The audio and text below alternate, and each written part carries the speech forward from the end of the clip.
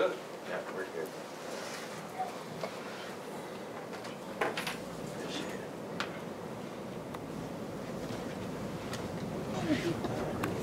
There's a lot of people here.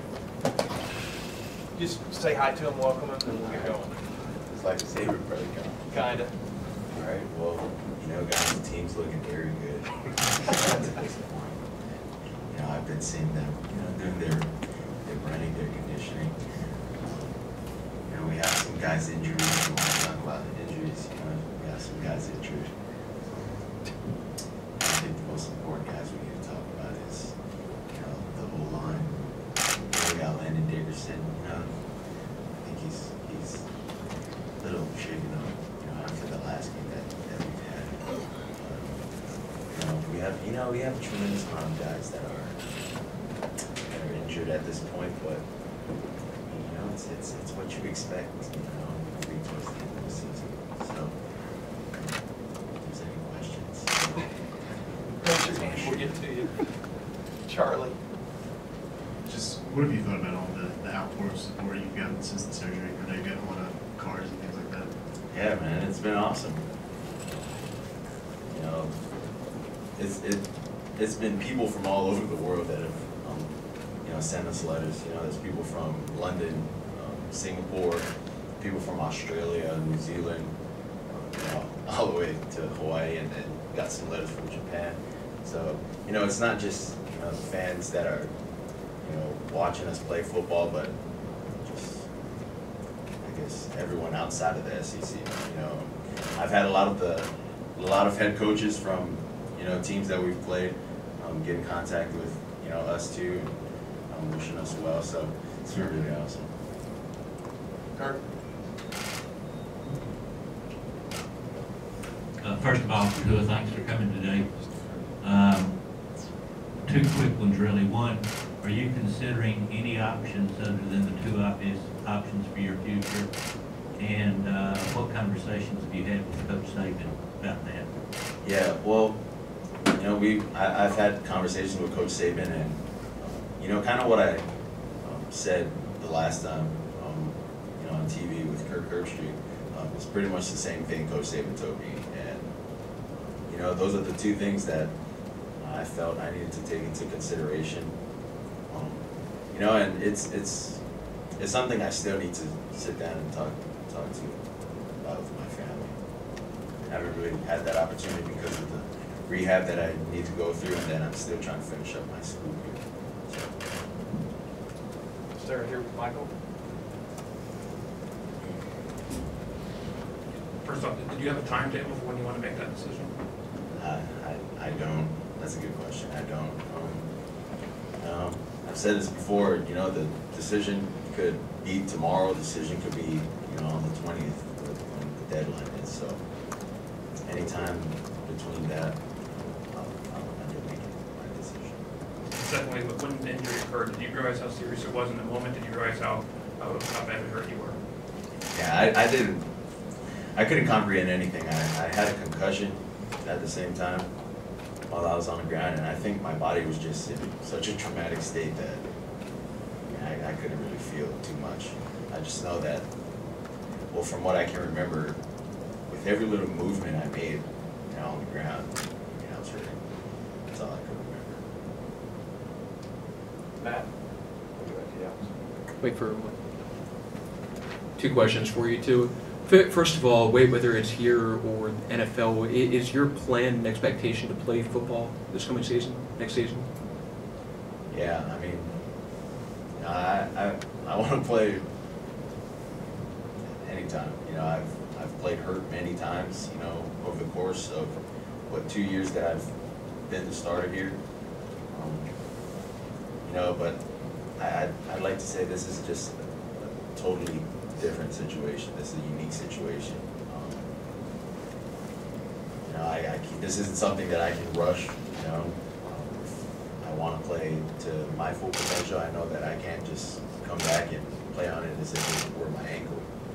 You know, so it's just something that I need to take into consideration. And you know, I think a lot of, you know, what you just said, me wanting to play. You know, I think a lot of that has to go into my decision making too. You know, as to whether I stay or And the second question, so I know you talked the other day just about the pros and cons of staying in school and potentially making the move to the NFL also. Let's say once you get your feedback, the feedback's that it looks like you're still a top 10, top 15 draft pick. If that's the case, like top 10, top 15, worst case scenario, would it be tough to pass that up?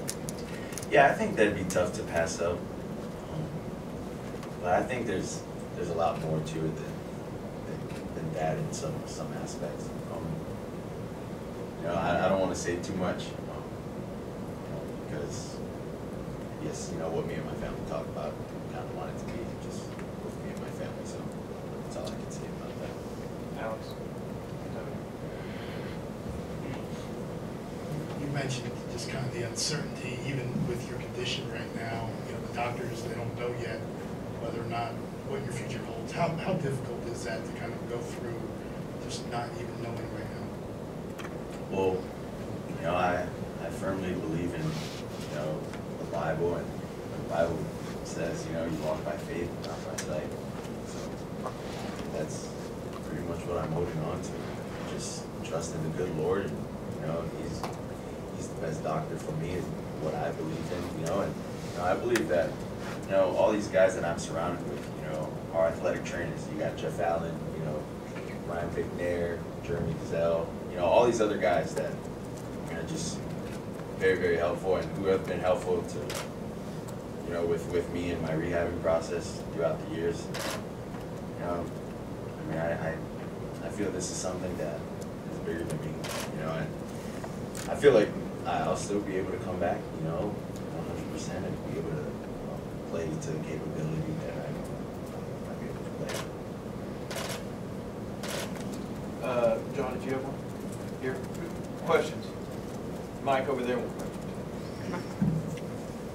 Given your experience with this injury, but also knowing your competitive spirit to want to be out there, what would be your message to any of your teammates who are thinking of not playing a bowl game and trying to stay healthy, if there are any of those? Well, for me, I think it's different. With a lot of the guys that are, draft eligible, you can't really tell them, what they should or shouldn't do. I think the best thing for me as a teammate, would be to support them in whatever the decision they decide to make. It's their choice, and they've worked hard enough, and they've worked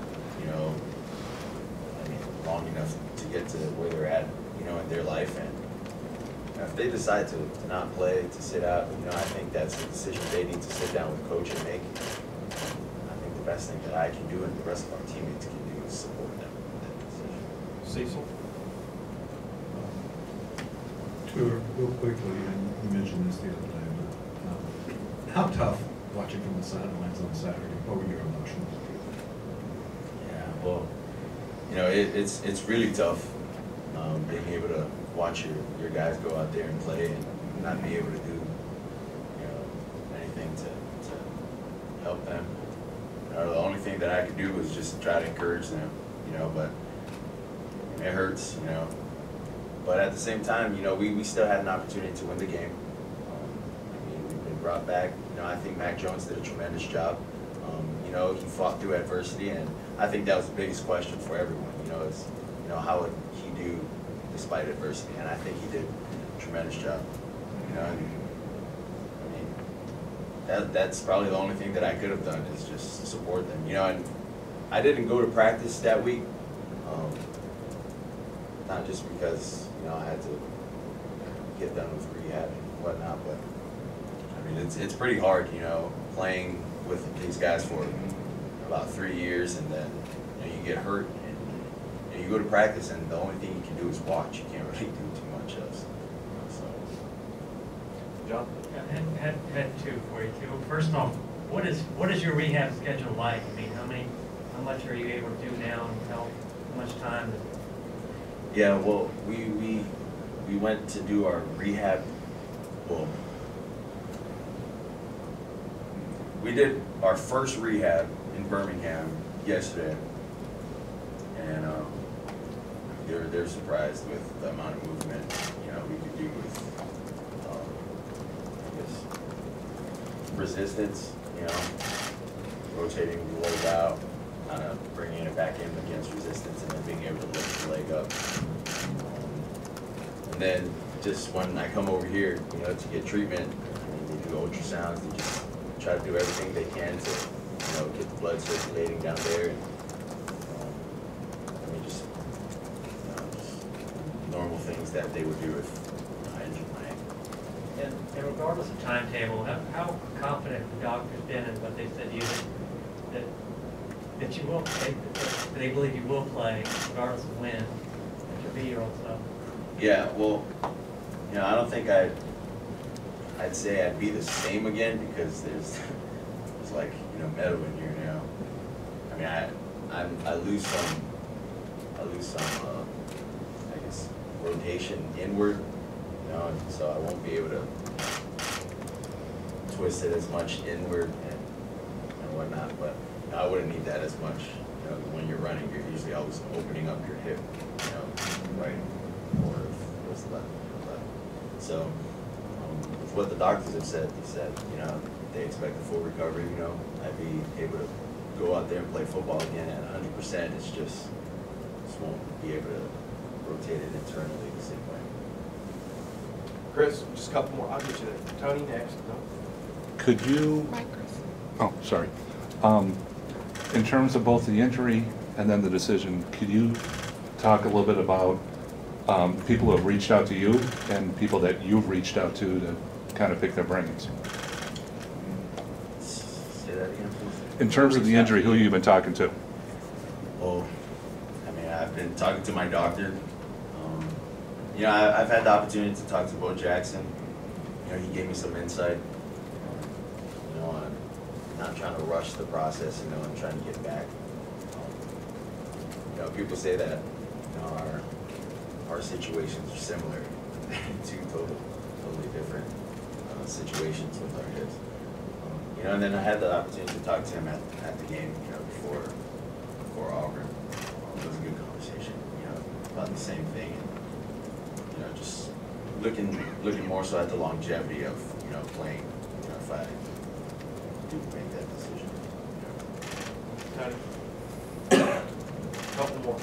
You've mentioned just how close you are with your freshman class, and just have you had a chance to sit back and reflect with them, and I guess kind of talk about all y'all's futures, because you're all in a little bit in the same boat. Yeah, I don't know, the reflecting part. I don't think we've had much time to just sit down and reflect. Everything just moves so fast around here. We've got to talk to a couple of guys, in our class. Well, I've got to talk to a couple of guys in our class and try to see, what their thoughts are on either staying or leaving. It's the same answer you get, I still got to talk to my parents, still got to talk to my family about it. They're just continuing to ask, like coach and, all these other guys that they can ask, to get advice, on whether or not it's good for them to stay or leave. Right here, we'll finish up. Joel, obviously, sorry, there's been a lot of speculation in the national media about the decision coming up for you. Is there anything you would like to say in your own words about how big of a decision it is for you and how rough it'll be? Yeah, well, this is probably going to be the biggest decision of my life. This is where I seek advice from, what I believe, and it's where I seek advice from my parents. But truly, at the end of the day, the decision comes down to me, whether I feel like it's right for me to stay, whether it's right for me to go. It's just a really, really big decision, man, and everybody just wants to know. So that's what makes it even bigger, I'd say. All right. Thanks, Joe. Yep. Thank you. Appreciate it.